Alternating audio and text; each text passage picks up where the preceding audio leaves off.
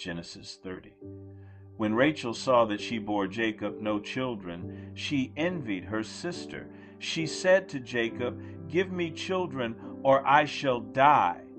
Jacob's anger was kindled against Rachel, and he said, "Am I in the place of God, who has withheld from you the fruit of the womb?" Then she said, "Here is my servant Bilhah. Go into her, so that she may give birth on my behalf, that even I may have children through her." So she gave him her servant Bilhah as a wife, and Jacob went in to her. And Bilhah conceived and bore Jacob a son. Then Rachel said, "God has judged me, and has also heard my voice, and given me a son." Therefore she called his name Dan. Rachel's servant Bilhah conceived again and bore Jacob a second son. Then Rachel said, "With mighty wrestlings I have wrestled with my sister, and have prevailed." So she called his name Naphtali. When Leah saw that she had ceased bearing children, she took her servant Zilpah and gave her to Jacob as a wife. Then Leah's servant Zilpah bore Jacob a son. And Leah said, "Good fortune has come." So she called his name Gad. Leah's servant Zilpah bore Jacob a second son. And Leah said, "Happy am I, for women have called me happy." So she called his name Asher. In the days of wheat harvest, Reuben went and found mandrakes in the field and brought them to his mother Leah. Then Rachel said to Leah, "Please, give me some of your son's mandrakes." But she said to her, "Is it a small matter that you have taken away my husband? Would you take away my son's mandrakes also?" Rachel said, "Then he may lie with you tonight in exchange for your son's mandrakes." When Jacob came from the field in the evening, Leah went out to meet him and said, "You must come in to me, for I have hired you with my son's mandrakes." So he lay with her that night. And God listened to Leah, and she conceived and bore Jacob a fifth son. Leah said, "God has given me my wages because I gave my servant to my husband." So she called his name Issachar. And Leah conceived again, and she bore Jacob a sixth son. Then Leah said, "God has endowed me with a good endowment. Now my husband will honor me, because I have borne him 6 sons." So she called his name Zebulun. Afterwards she bore a daughter and called her name Dinah. Then God remembered Rachel, and God listened to her and opened her womb. She conceived and bore a son and said, "God has taken away my reproach." And she called his name Joseph, saying, "May the Lord add to me another son, Jacob's prosperity." As soon as Rachel had borne Joseph, Jacob said to Laban, "Send me away, that I may go to my own home and country. Give me my wives and my children for whom I have served you, that I may go for, the service that I have given you." But Laban said to him, "If I have found favor in your sight, I have learned by divination that the Lord has blessed me because of you. Name your wages, and I will give it." Jacob said to him, "You yourself know how I have served you, and how your livestock has fared with me. For you had little before I came, and it has increased abundantly, and the Lord has blessed you wherever I turned. But now, when shall I provide for my own household also?" He said, "What shall I give you?" Jacob said, "You shall not give me anything. If you will do this for me, I will again pasture your flock and keep it. Let me pass through all your flock today, removing from it every speckled and spotted sheep and every black lamb, and the spotted and speckled among the goats, and they shall be my wages. So my honesty will answer for me later, when you come to look into my wages with you. Every one that is not speckled and spotted among the goats, and black among the lambs, if found with me, shall be counted stolen." Laban said, "Good, let it be as you have said." But that day Laban removed the male goats that were striped and spotted, and all the female goats that were speckled and spotted, every one that had white on it, and every lamb that was black, and put them in the charge of his sons. And he set a distance of 3 days' journey between himself and Jacob and Jacob pastured the rest of Laban's flock. Then Jacob took fresh sticks of poplar and almond and plane trees and peeled white streaks in them, exposing the white of the sticks. He set the sticks that he had peeled in front of the flocks in the troughs, that is, the watering places, where the flocks came to drink. And since they bred when they came to drink, the flocks bred in front of the sticks, and so the flocks brought forth striped, speckled, and spotted. And Jacob separated the lambs and set the faces of the flocks toward the striped and all the black in the flock of Laban. He put his own droves apart and did not put them with Laban's flock. Whenever the stronger of the flock were breeding, Jacob would lay the sticks in the troughs before the eyes of the flock, that they might breed among the sticks, but for the feebler of the flock he would not lay them there.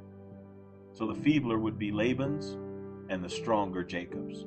Thus the man increased greatly and had large flocks, female servants and male servants, and camels and donkeys. Genesis 31. Jacob flees from Laban. Now Jacob heard that the sons of Laban were saying, Jacob has taken all that was our father's, and from what was our father's he has gained all this wealth. And Jacob saw that Laban did not regard him with favor as before. Then the Lord said to Jacob, Return to the land of your fathers and to your kindred, and I will be with you.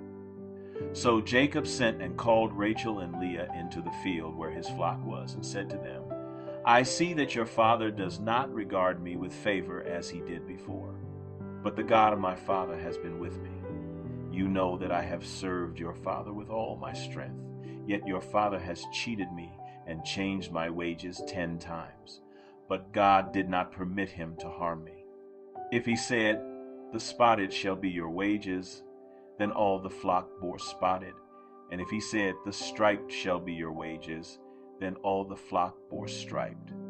Thus God has taken away the livestock of your father and given them to me. In the breeding season of the flock I lifted up my eyes and saw in a dream that the goats that mated with the flock were striped, spotted, and mottled. Then the angel of God said to me in the dream, Jacob. And I said, Here I am. And he said, Lift up your eyes and see. All the goats that mate with the flock are striped, spotted, and mottled. For I have seen all that Laban is doing to you. I am the God of Bethel, where you anointed a pillar and made a vow to me. Now arise, go out from this land and return to the land of your kindred. Then Rachel and Leah answered and said to him, Is there any portion or inheritance left to us in our father's house? Are we not regarded by him as foreigners? For he has sold us, and he has indeed devoured our money. All the wealth that God has taken away from our father belongs to us and to our children. Now then, whatever God has said to you, do. So Jacob arose and set his sons and his wives on camels.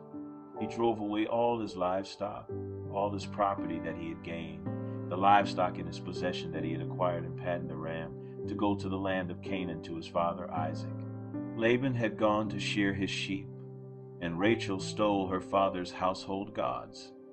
And Jacob tricked Laban the Aramean by not telling him that he intended to flee. He fled with all that he had, and arose and crossed the Euphrates, and set his face toward the hill country of Gilead. When it was told Laban on the 3rd day that Jacob had fled, he took his kinsman with him and pursued him for 7 days, and followed close after him into the hill country of Gilead. But God came to Laban the Aramean in a dream by night and said to him, Be careful not to say anything to Jacob, either good or bad. And Laban overtook Jacob. Now Jacob had pitched his tent in the hill country, and Laban with his kinsmen pitched tents in the hill country of Gilead. And Laban said to Jacob, What have you done, that you have tricked me and driven away my daughters like captives of the sword? Why did you flee secretly and trick me, and did not tell me, so that I might have sent you away with mirth and songs, with tambourine and lyre? And why did you not permit me to kiss my sons and my daughters farewell? Now you have done foolishly. It is in my power to do you harm. But the God of your father spoke to me last night, saying, Be careful not to say anything to Jacob, either good or bad. And now you have gone away because you longed greatly for your father's house. But why did you steal my gods?" Jacob answered and said to Laban, "Because I was afraid, for I thought that you would take your daughters from me by force. Anyone with whom you find your God shall not live. In the presence of our kinsmen, point out what I have that is yours, and take it." Now Jacob did not know that Rachel had stolen them. So Laban went into Jacob's tent and into Leah's tent and into the tent of the 2 female servants, but he did not find them. And he went out of Leah's tent and entered Rachel's. Now Rachel had taken the household gods and put them in the camel's saddle and sat on them. Laban felt all about the tent, but did not find them. And she said to her father, "Let not my lord be angry that I cannot rise before you, for the way of women is upon me." So he searched, but did not find the household gods. Then Jacob became angry and berated Laban. Jacob said to Laban, "What is my offense? What is my sin, that you have hotly pursued me? For you have felt through all my goods. What have you found of all your household goods? Set it here before my kinsmen and your kinsmen, that they may decide between us two. These 20 years I have been with you. Your ewes and your female goats have not miscarried, and I have not eaten the rams of your flocks. What was torn by wild beasts I did not bring to you. I bore the loss of it myself. From my hand you required it, whether stolen by day or stolen by night. There I was. By day the heat consumed me, and the cold by night, and my sleep fled from my eyes. These 20 years I have been in your house. I served you 14 years for your 2 daughters, and 6 years for your flock, and you have changed my wages 10 times. If the God of my father, the God of Abraham, and the fear of Isaac had not been on my side, surely now you would have sent me away empty-handed. God saw my affliction and the labor of my hands and rebuked you last night." Then Laban answered and said to Jacob, "The daughters are my daughters, the children are my children, the flocks are my flocks, and all that you see is mine. But what can I do this day for these my daughters, or for their children whom they have borne? Come now, let us make a covenant, you and I, and let it be a witness between you and me." So Jacob took a stone and set it up as a pillar. And Jacob said to his kinsmen, "Gather stones." And they took stones and made a heap, and they ate there by the heap. Laban called it Jegar-sahadutha, but Jacob called it Gilead. Laban said, "This heap is a witness between you and me today."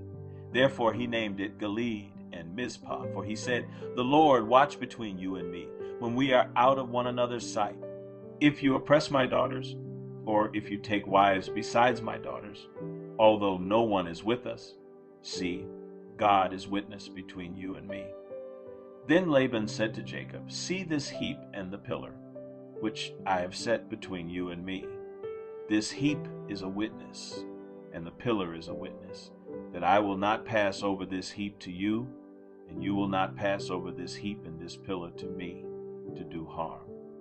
The God of Abraham and the God of Nahor, the God of their father, judge between us." So Jacob swore by the fear of his father Isaac, and Jacob offered a sacrifice in the hill country, and called his kinsmen to eat bread. They ate bread and spent the night in the hill country. Early in the morning Laban arose and kissed his grandchildren and his daughters and blessed them. Then Laban departed and returned home.